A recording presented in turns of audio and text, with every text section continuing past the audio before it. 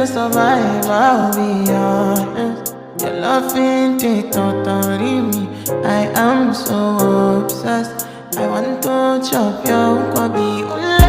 Your body, they make me